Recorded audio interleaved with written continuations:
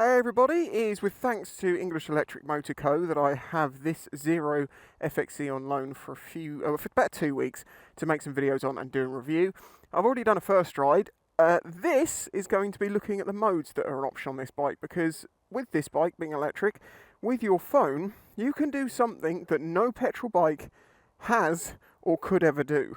Now, to give you a crash course in different types of motorcycle engines and how they work, a single cylinder, like, 125s up to sort of 400-500cc, they don't normally go much bigger than that.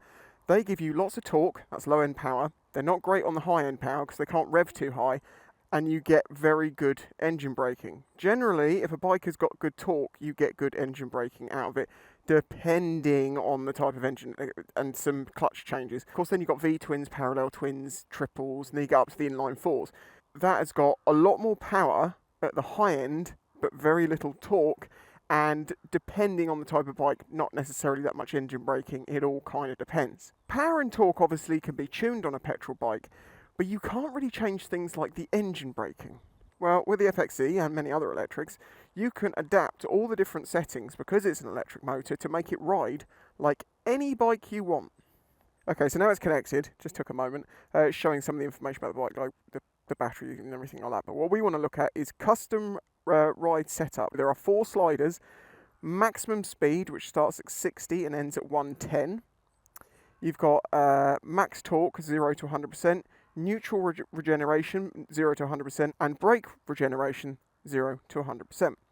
So what I'm going to do now is I'm going to put speed and torque to maximum, and I'm going to leave brake regeneration and neutral regeneration at nothing. Now, I will say, one of the kind of annoying things about this is it doesn't give you any confirmation in the app or on the bike to say, hey, yep, I've applied that change. You also have to make sure the kill switch is off while you're changing modes. Okay, so I'm currently in eco mode, press the button, I'm now in custom. I have to assume that it's made the changes, and let's see what happens. I'm going to go down this hill,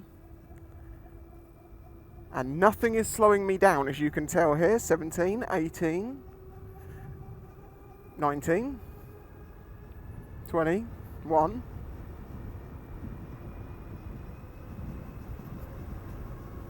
26, 28, 29, 33, 34, 35. Car coming, 40 mile an hour, but yeah, you can see we're getting up to like 40 here. So when you power the bike with the motor, the power goes into the motor and spins it, and you go forward. If you do the reverse and you reverse the polarity of the motor, your forward momentum will now cause a resistance. There's a fly in my helmet. Sorry. Cause a resistance, which will slow the bike down and give it charging. It's regenerative charging. Now that's through freewheeling, which is the neutral regeneration, and then there's also at the same time as you're braking, which is the brake regeneration, but it is still the neutral regeneration, just activated by you braking. Does that make sense? I think it does. Well, let's go back to the top of that hill and turn it on and see what difference it makes. We'll look at the power sliders and that afterwards, but obviously it's pretty simple with that one, which is you have the maximum speed the bike will go, so you can say 75 miles an hour, and it doesn't matter how fast you try to ride, it will not go faster than that, which could be good for some people. If you can't trust yourself not to speed, well, you can tell the bike not to speed. Whereas in a normal 125, it's limited by the fact that it can't go any faster than 70. This is only limited by the fact that it's going to stop at 70. So you can still have all that grunt and power and, performance without the top end. Okay, so now we're going to put neutral regeneration and brake regeneration onto 100%, although it's the neutral regeneration that's going to make any difference here. No, I don't think it's applied. I can feel it kick in though, if I just touch the brake. I'm not putting any real force on with the brake, but you can now hear that noise of the regeneration kicking in. So it's very odd that this still feels like it's freewheeling. Okay, what I've done now is I've turned off the brake regeneration and only got neutral regeneration. Maybe that will make the difference. There we go. There's a spider. How did you get in here?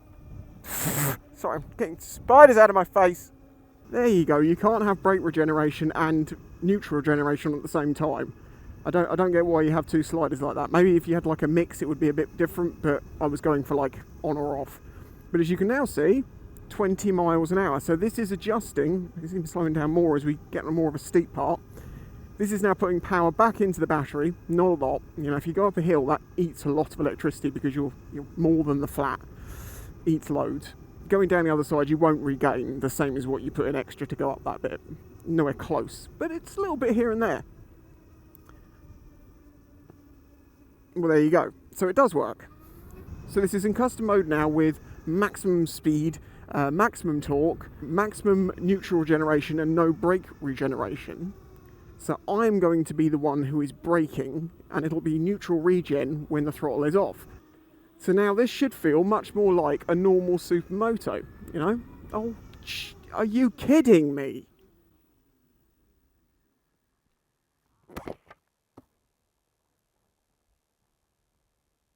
The things I've seen dumped on this road is disgusting. If you're one of the sort of people who does that, oh. Now, I will say here, the neutral regen is nowhere nearly as powerful as engine braking on something like a single cylinder.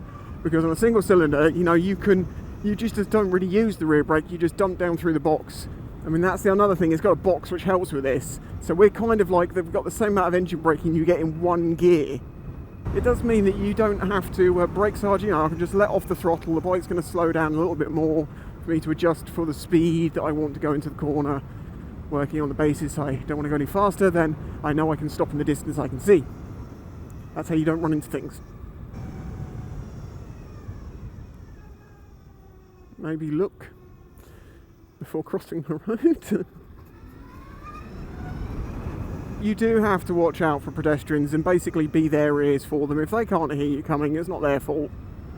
You can hear this thing coming, but if you're a little bit sort of daydreamy and you're not thinking that whizzing noise could be a car or a bike, I understand it. But I don't think it inherently makes bikes more dangerous. They're only more dangerous if the person who rides it's being really irresponsible. And if you want to know more about that, watch my video, The Sound of Silence, which talks about this exact subject. Now, because I've only got this bike on loan and I'm not too worried about the distances I'm going, of course I want to have this on maximum power all the time, because it's fun. And that's the way I'm reviewing this bike, as a fun, expensive toy. If you haven't seen my first ride, so as to know my ethos towards my review of this bike, then watch that. If you want to see a realistic, sort of down-to-earth number, crunchy figure sort of review, watch my FXS review, because it's very similar to this. Basically the same bike underneath, the only difference is TFT, different headlight, and this is 2 grand more.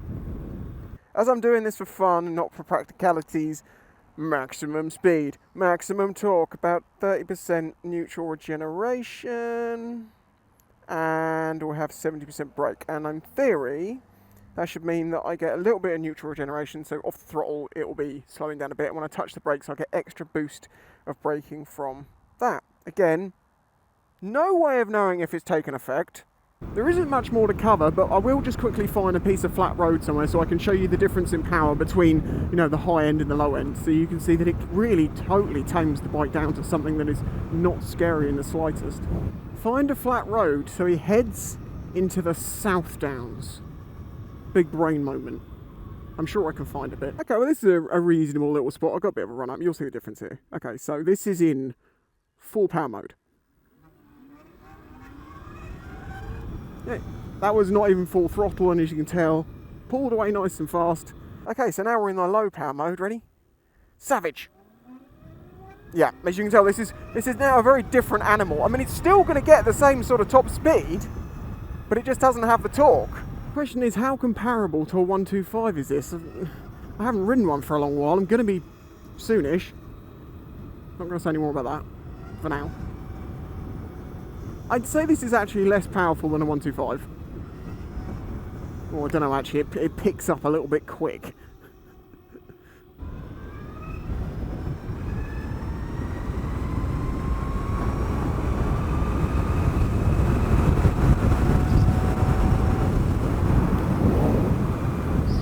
Ah!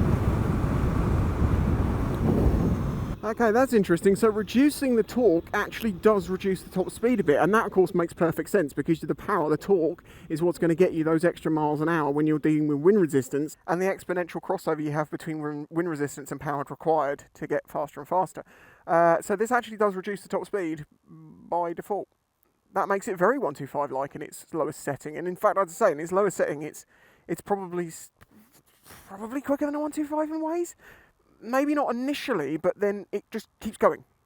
Whereas in the 125's got a, it's very interesting the way that you can modify this to make it feel how you want to.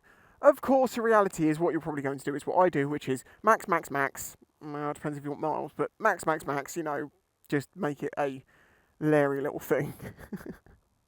Anyway, if you found this video interesting or useful, do smash that like button. I'd appreciate it very much. And if you want to help support this channel, then please consider doing that through Patreon. I know there's many of you that have been watching for years who've thought about it and never got round to it. I know this because lots of people when they join are like, I don't know why I didn't join earlier. I've been watching you for years and I didn't think of doing it until now. If you're one of those people, maybe jump on board and help me out. Otherwise, I'll catch you in the next one. Bye bye.